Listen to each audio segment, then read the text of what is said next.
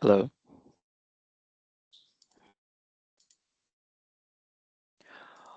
Welcome to quick demonstration on how you can inquire the restrictions assigned to a particular user. So we have an option in Intact wherein a user can be only allowed to specific entity or maybe department as well. So maybe you would like to have a look at which users have any restrictions just for any other purpose. All right, so what you can see here, firstly, is a user information, wherein this user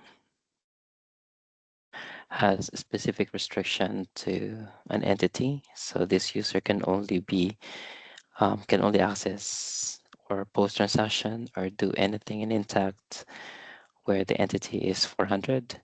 And for this demonstration, we have that specific restriction for this same user for a department 200.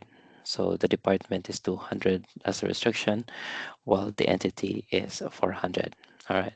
So we don't have a specific custom object just to get that, or object rather, to get the information from. But what you can do though is that with the um, uh, using API, you'll be able to get this information.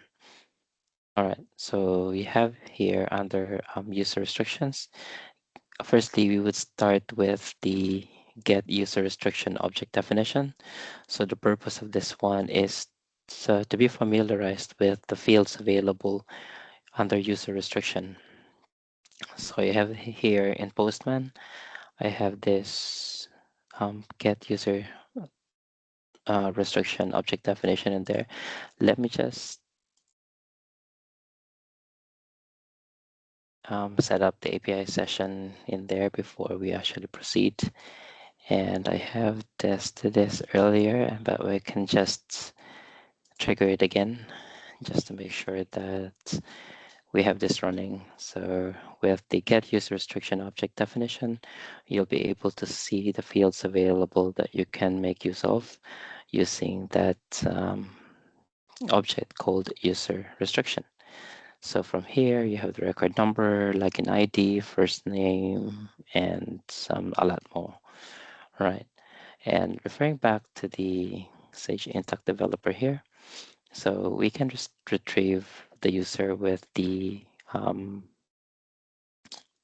restriction using these. So I'll be showing you each one. So we have the query and list user restrictions, and the other one is in legacy, right? So firstly, with the first one there, and we have here, so I'd like to see the login ID, the user type, unrestricted, it should appear as false, and the department ID, location ID.